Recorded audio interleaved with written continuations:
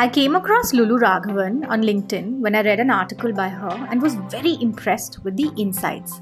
I discovered that she was the MD of Landor India and led a team that was responsible for building some key brands in India. It led to a lovely chat in which she speaks to us about women in leadership roles and the whys and hows of building a brand.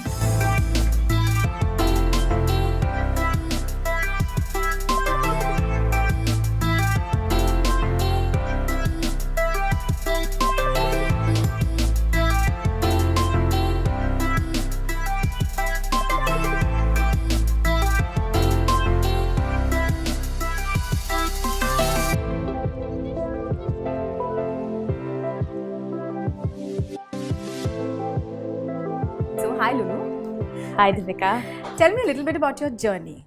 MD at Landor, but how did that happen? So I have an undergraduate degree in economics and then I have an MBA. My first job was actually at Ogilvy in Bombay right before my MBA. And after business school, I moved to San Francisco. I wanted to start working there and I got this wonderful opportunity with Landor. That's almost 18 years ago. And over the years, from San Francisco, where I spent 4 years, then on to New York, where I spent a year and a half, then London for a year. I finally moved back to India 10 years ago, and I had a fantastic opportunity to set up Landor here in India. So it's going to be 18 years in January, and I feel incredibly honored and proud to have been associated with an iconic company like Landor over all of these years. So, in this entire journey, I just want to know for a lot of women who are our audience, a lot of women in middle management or junior management, this whole journey of reaching to the top, in your experience or in your journey, what have been the key things that are important, for you to get to a leadership role? I think the first one is really belief, self-belief. More than anything else, you have to believe in your abilities, in your skills, and in your ability to actually make a difference and add value to the company. Over and above everything, that's the most important thing. I think second is you have to have the tenacity and the persistence to push ahead against any kind of setback you may have. It could be a work setback, it could be a personal setback. You overcome hurdles all the time, but you have to have that strength, the resilience to keep powering ahead and believe in yourself and believe in what you really want to do. You also have to have supportive mentors, which means that you have to make the time to create, nurture, cultivate those relationships. And finally, you have to be your best PR agent, especially in a larger company, a global company. You have to make sure that your work, the things that you achieve are known within your smaller and bigger circles, and you have to keep looking out for opportunities and seize all of those opportunities to truly make your mark be felt and add value. Well said. But do you think women get, so between their personal and their professional, the balance that we need to have between our personal and our professional lives, do you think somewhere that also kind of affects, where you are in your journey as a professional? Do you think that affects? Of course it does, but at the end of the day, Deepika, I think it's a mindset. You have to not let it affect you. We have so much that's going on. When you come to work, can you really absolutely be focused on work? Right. Equally, when you leave work and go back home, can you actually leave aside the work and be focused on what's required at home? Truly connecting with your children, with your husband, with your family members. I think that piece of it is where most of us falter. Even I'm so guilty of going home, but looking at my emails, getting on a call.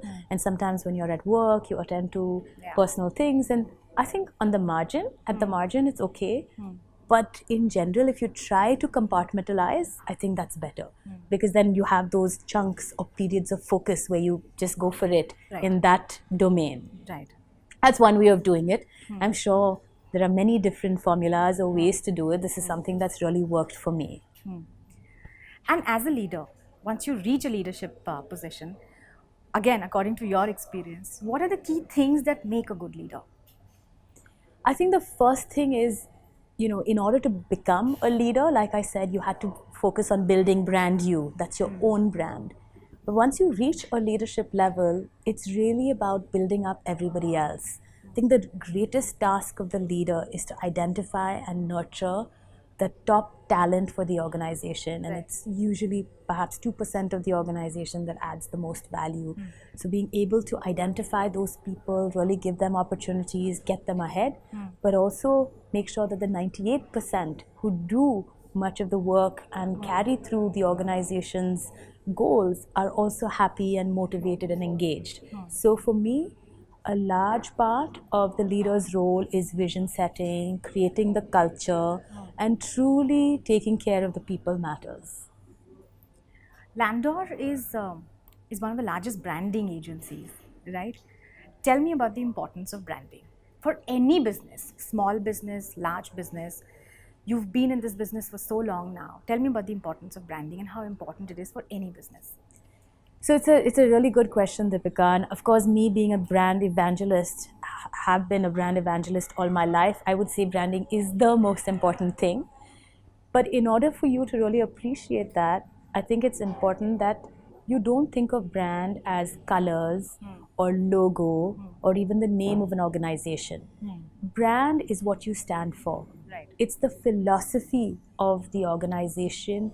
It's the top attributes that really define who you are as a company, as a product, as a person. And branding is the manifestation of that meaning into the culture of the company, into the experience of the product or the service. So when you think about it that way, brand actually becomes an asset that you continuously add value in, and it then adds value to your business. So you keep building the brand. By that I mean keep reinforcing what the brand stands for in the minds of your potential customers, and then you consistently deliver a wonderful product service experience, and that builds your brand. But a lot of our audience is actually women who own very small businesses or perhaps even home businesses. A lot of times what happens is that we don't look at brand as an investment but as a cost. So you don't want to do it, right? So if I'm setting up a small business, right, and I don't have the budgets to actually look at a larger, branding strategy, what do I do to ensure that at least I start firstly I should of course start the first few steps towards branding, but it's obviously more than a logo. So what are the things that I do to actually start building a brand as a small business? Yeah. So the first biggest misnomer is that brand building requires money. It does not. Everybody thinks of branding as, having a budget. Actually, you can build a brand on zero budget. Absolutely no investment. How do you do that, right? So think of the 6 P's of branding today for a small business owner.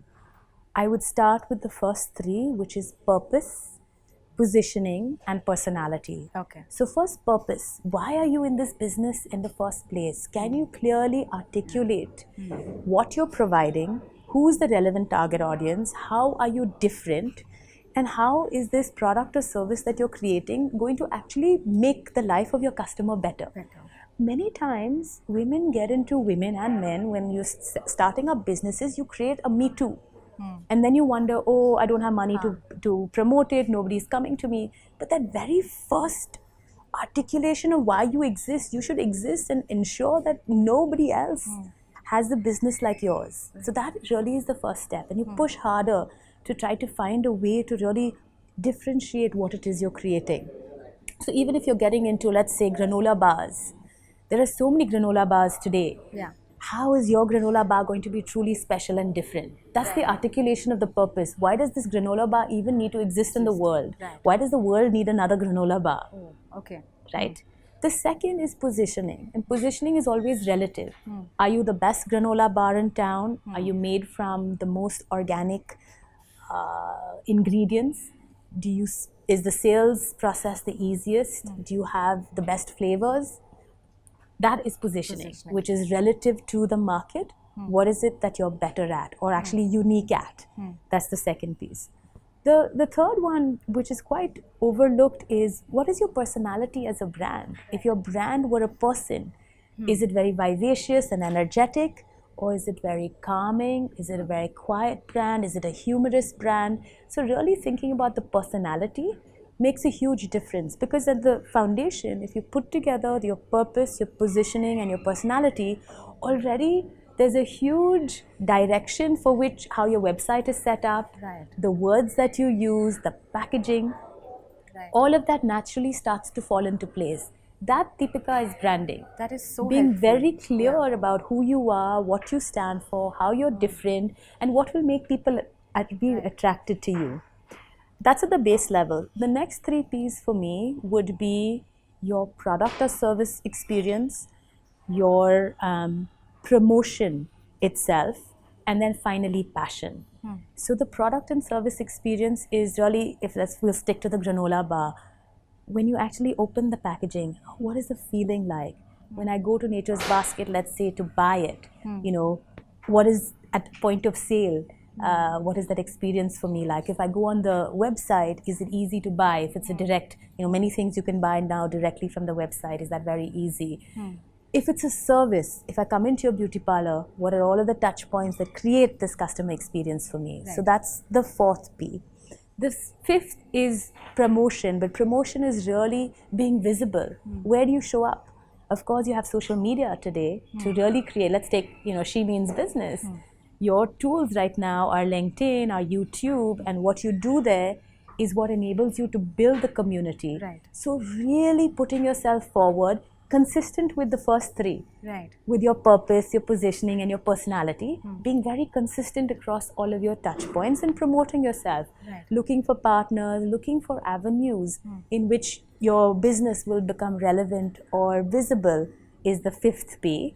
And then finally, the 6th P for me in building a brand today, especially for a small business owner, is passion.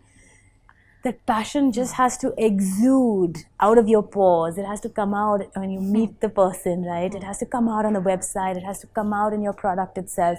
Every action, every touch point is a great way for you to show your audience that you really are passionate. You make the best granola bars ever because of X, Y, Z. Wow. So that passion and that zeal for what you're creating and why this thing that you brought in the world really needs to exist, and why it'll make a special difference in the lives of your consumers.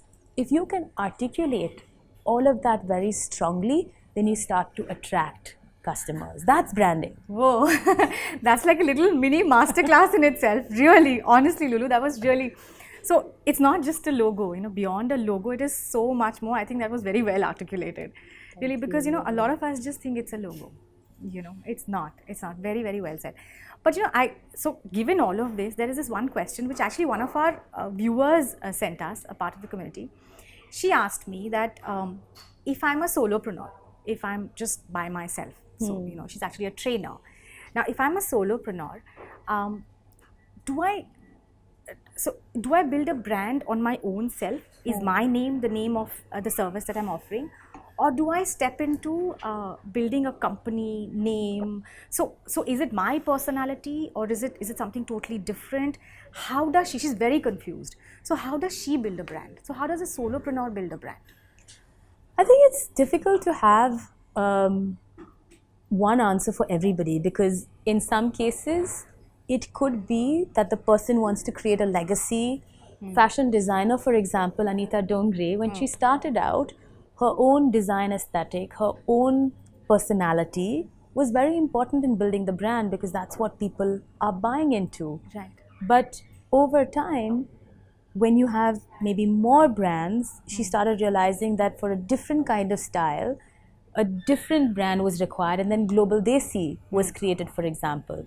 There are others. For example, if you look at the Good Earth folks, Anita Lal and her daughter Simran Lal, they chose the strategy of a brand that was did not carry their name. So you have Good Earth, or now they've created Nicobar. The brand is built around the lifestyle of the community that they're wishing to serve. Right. So it's a strategic choice. Okay. I think you should evaluate it after you're clear about the purpose, the positioning, and the personality. You use that as a lens, and you may say, okay, my name actually lends itself very well to this vision that I have for my brand. Or you may say that a neutral name or a more evocative name that is not an eponymous name. An eponymous name is the name of the person. Right. Another style of name may be better suited to meet the objectives that or the vision that I have for the brand. So Well said. I think you should always start with the vision and the objectives and the personality first, and then you may have 100 names which you might be evaluating. Also, like The you said, business. purpose. The purpose, like you firstly said, the first thing you said was purpose. I think that's very, very important. Why are you actually? Absolutely. And it's not just why, but in design thinking, we have 5 whys. So if you say, why did you start She Means Business? And you say, because I want to give back to the community. And you say, but why do you want to give back to the community? So you go deeper and you may say, because I've always wanted to do something more than just a regular job. But why is that important to you? So you go 5 times. Wow. And when you dig 5 times, it actually, the thoughts and phrases that you evoke, the essence comes out. Yes. And that is actually rich, fertile territory to create I think purpose. that's an exercise everyone should do. Whether you're a Absolutely. business owner or you're at work, I think this is an exercise that is a great exercise to do. It's called the 5 whys. Oh, wow. It's quite I'm common gonna sit in and do design this. thinking. It And is it does make you think, because initially people just push back and say, but why are you asking this question? Or it's hard. But when you actually get into it, the new pathways that it opens in terms of your own mind is absolutely fantastic. I'm going back to something you said, which was about your journey to a leadership position. You said something about mentoring. You have to go out and seek mentors, right? How do you do that? How do you figure out, how do you even approach people and say that, oh, what is it that you do to actively seek out mentoring? Because I think not a lot of us actually do that. So how do you actively seek out mentors? And what do you look for in a mentor? What is it that what is your expectation from a mentor? I think it's a fantastic question again, Deepika. I've been in a situation now where I've gotten lots of requests for to be a mentor. So I'll talk about that first. I think people are following people in the industry in which they're very interested. Yes. So these are the top women or men in your industry, or these are people who have a very interesting point of view. So on social media, for example, in the news, you may find leaders or women who are doing interesting things, or men, who you make a short list, and then you try to see. Some people use LinkedIn. Some senior people are more approachable and accessible on LinkedIn. Some are not. So that could be one way. Another way is to network. You go to events where you have an opportunity to interact. The third is just cold calling. I can't tell you how many people are so brave and so passionate. I get emails all the time, and some people really go out of the way. One guy sent me a whole portfolio in which he wrote beautiful letters of how he's been following Landor for so many years, and this is his point of view on the history and point of view on India, and it was all beautifully handwritten, and it just showed a lot of passion. At the end of it, he said, I want to be your mentor. I want you to be my mentor.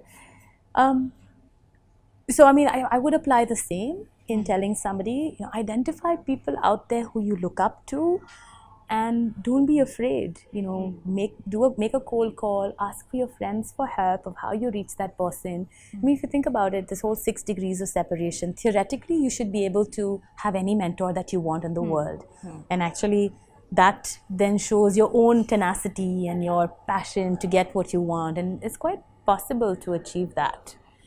But it requires you to be able to make an emotional connect with the other person and give the other person a real reason to want to mentor you as well. Having said that, a lot of senior people are very busy, and though everybody wants to do it, I think there's only finite amount of time.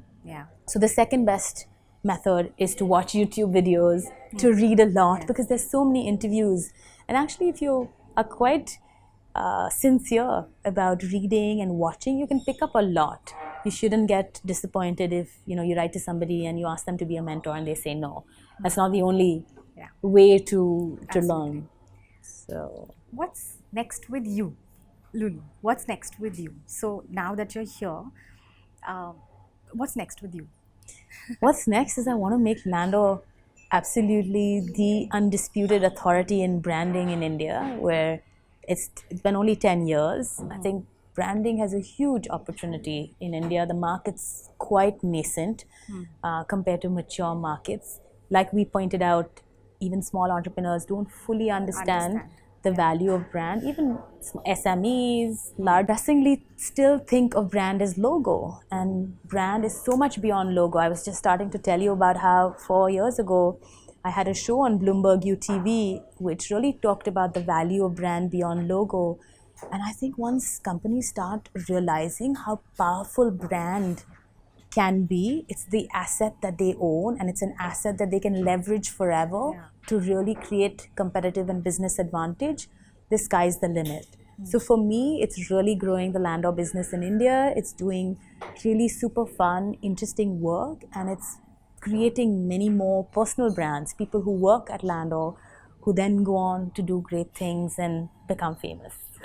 You know, for all of you who don't know, I found Lulu on LinkedIn and I follow what she writes on LinkedIn. And I think the first article I read was about a bookstore. You were in New York and the whole experience of a bookstore. It was an amazing article. Of course, it was very interesting. But then I started following her. You should too. I get a lot of nuggets from what she writes on LinkedIn, and it's been a pleasure. Thank you so much for doing this with us, Lulu. I always say that at She Means Business, we're trying to build stories of role models like you for the women out there. So thank you so much for finding time and doing this with She Means Business. It was really fun, and I enjoyed really great questions. And many times the interview really depends on the questions. So good job on fantastic questions. It was a real pleasure and honor. Thank you.